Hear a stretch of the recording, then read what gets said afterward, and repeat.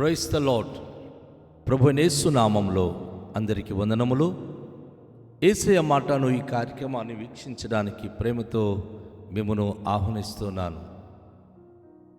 ఈ దినము అపోస్తుల కార్యముల గ్రంథము 18వ అధ్యాయము 18వ వచనం నుండి 23 వచనాల వరకు ధ్యానించుకుందాం. పౌలు ఇంకను బహుదినములు అక్కడ ఉండిన తర్వాత సహోదరుల యొద్ద సెలవు పుచ్చుకొని తనకు మ్రొక్కుబడి ఉన్నందున కేంక్రియలో తల వెండ్రుకలను కత్తిరించుకొని ఓడ ఎక్కి సిరియకు బయలుదేరాను. ప్రిస్కిలా అకులా అనువారు అతనితో కూడా వెళ్ళిరి.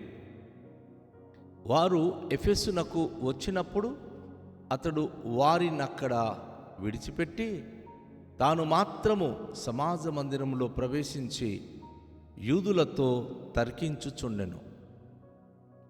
వారింకను కొంతకాలం ఉండుమని అతనిని వేడుకొనగా అతడు ఒప్పక దేవుని చిత్తమైతే మీ యొద్దకు తిరిగి వత్తునని చెప్పి వారి యొద్ద సెలవు పుచ్చుకొని ఓడ ఎక్కి ఎఫెసు నుండి బయలుదేరాను. తరువాత కైసరియా రేవున దిగి యెరూషలేమునకు వెళ్ళి సంఘపు వారిని కుశలమడిగి అంతియొకయకు వచ్చెను. అక్కడ కొంతకాలం ఉండిన తర్వాత బయలుదేరి వరసగా గలతియా ప్రాంతమందును పృగ్రియందును సంచరించుచు శిష్యులందరినీ స్థిరపరచెను. ప్రభునందు ప్రియమైన వాళ్ళారా, ఈరోజు ఈ వాక్య భాగములో ఒక అద్భుతమైన విషయాన్ని మనము ధ్యానించబోతున్నాం. పౌలు ఎఫెసు పట్టణములో చాలా రోజులు ఉన్న తర్వాత తనకు మ్రొక్కుబడి ఉన్నందున కేంక్రియా నుంచి తల్ల వెండ్రుకలు కత్తిరించడానికి ఓడకి సిరియకు వెళ్ళిపోయాడు.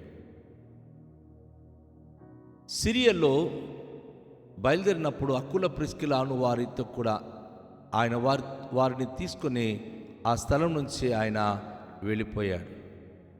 ఇక్కడ ఒక విషయాన్ని మనం గమనించాలి. ఆయన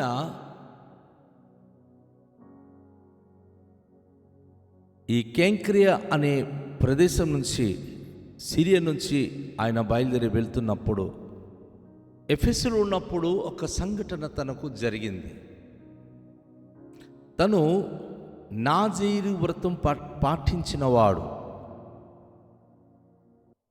సంఖ్యాకాండము 6వ అధ్యాయములో ప్రభు కొరకు ఒక వ్యక్తి ప్రతిష్ఠించబడినప్పుడు తన తల్ల వెండ్రుకలు క్షౌరము చేయించుకోకూడదు అని దేవుడు తెలియచేస్తాడు.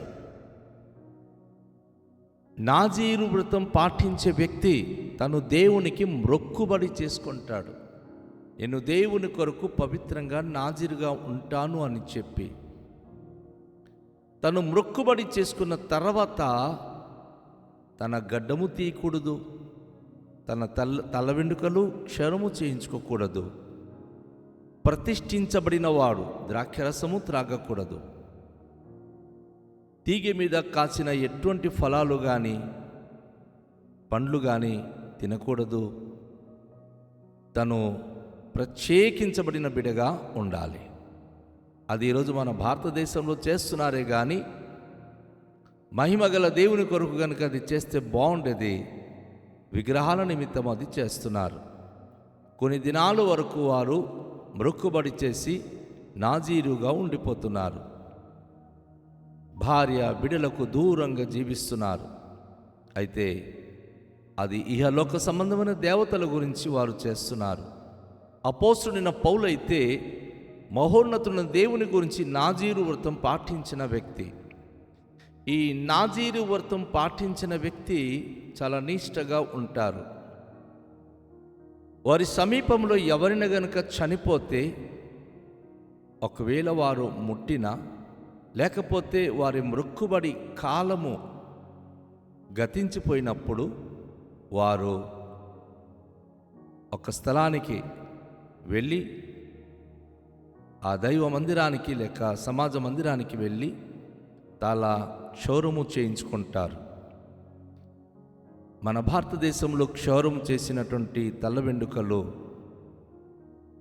అనేకమైన బస్తలు వారు వ్యాపారానికి వినియోగించుకుంటారు. కానీ ధర్మశాస్త్రంలో ఉన్నటువంటి ఈ మ్రొక్కుబడి చేసిన తల వెంట్రుకలు వీరు ఏం చేస్తారు అంటే, తల క్షౌరము చేయించిన తర్వాత మ్రొక్కుబడి చేసిన వ్యక్తి ఆ తల వెంట్రుకలు తీసుకొని వెళ్ళి ఎక్కడైతే వారు బలులర్పిస్తున్నారో ఆ స్థలానికి తీసుకెళ్ళి ఆ తల వెంట్రుకలన్నీ కాల్చివేస్తాడు.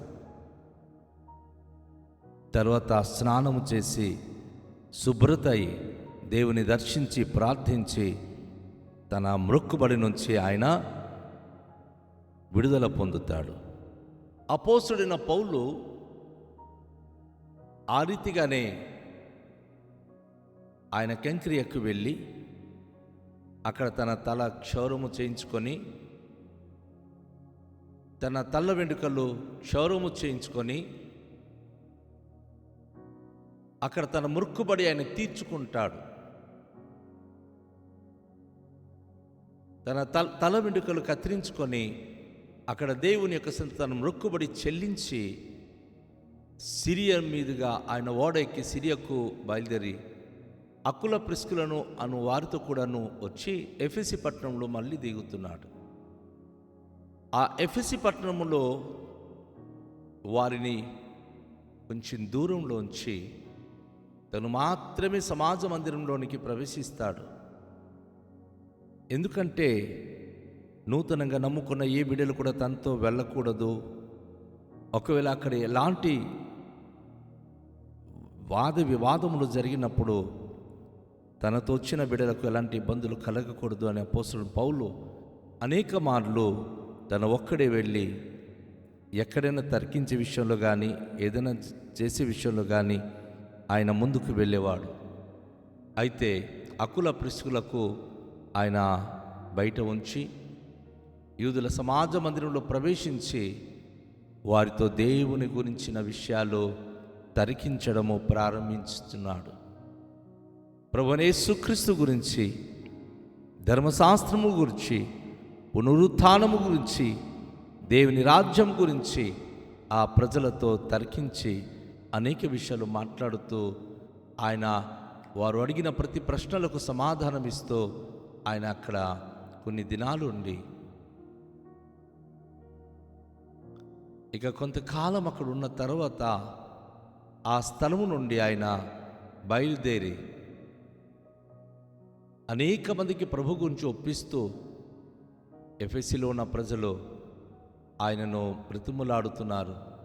అయ్యా, మాతో మీరుండండి, మాకు మీరు దేవుని గురించి తెలియచేయండి అని వారు దేవుని గురించి బోధించడానికి వారు కోరుకుంటున్నారు. ఎందుకంటే అపోస్తుడైన పౌలు దేవుని యొక్క వాక్య విషయంలో, బోధించే విషయంలో సామర్థ్యవంతమైనటువంటి బోధకుడు. ఒకవైపు విమర్శలు ఎదుర్కొంటున్నా ఆయన ఎవ్వరికి భయపడేవాడు కాదు. ఒకవైపు ఆయనకి దూషించి కొట్టడానికి వస్తున్న దెబ్బలు తినేవాడు కానీ తన బోధన శైలిని మార్చేవాడు కాదు. దేవుని నోటి నుంచి ఏ విధంగా అయితే తనకు బయలుపరచబడుతుందో దేవుడు బయలుపరిచే ప్రతి మాటలు ఆయన ఉన్నది ఉన్నట్టుగా చెప్పుకుంటూ వెళ్ళేవారు. అయితే ఎఫెసీ పట్టణంలో ఉన్నవారు మీరు మాతో కొంతకాలం ఉండిపోవాలని వారు బ్రతిమలాడుతుంటే ఆయన ఆ విషయాన్ని ఒప్పుకొనక దేవుని చిత్తమైతే మరల మీ వద్దకు వచ్చి ఉంటానని చెప్పి వారికి చెప్పి వారి దగ్గర సెలవు తీసుకొని ఓడ ఎక్కి ఎఫెసీ నుండి బయలుదేరి వెళ్ళిపోతున్నాడు. ఎఫెసీ నుంచి ఆయన బయలుదేరి వేరే ప్రదేశానికి ఆయన ప్రయాణమే వెళ్ళిపోతున్నాడు.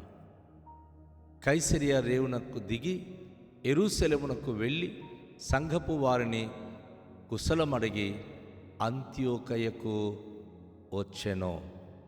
అపోస్తలుడైన పౌలు తన సేవ కేంద్రమైనటువంటి ఇటువైపు యెరూషలేములో జనాలకు హింసించాడు. పరిశుద్ధులు అనేక మంది ఉన్నప్పుడు కూడాను యెరూషలేములో అనేక మంది అపోస్తలుల బోధ అంగీకరించలేదు. కానీ అంత్యోకయలో నమ్మిన వారు క్రైస్తులు అనబడ్డారు. అంత్యోకయలో ఒక అద్భుతమైన సెంటర్, పరిచర్యకు కేంద్రమై ప్రారంభమైంది. అపోస్తుల పరిచర్యలో వాస్తవానికి అంత్యోకయ ఒక కేంద్రము అని చెప్పవచ్చును.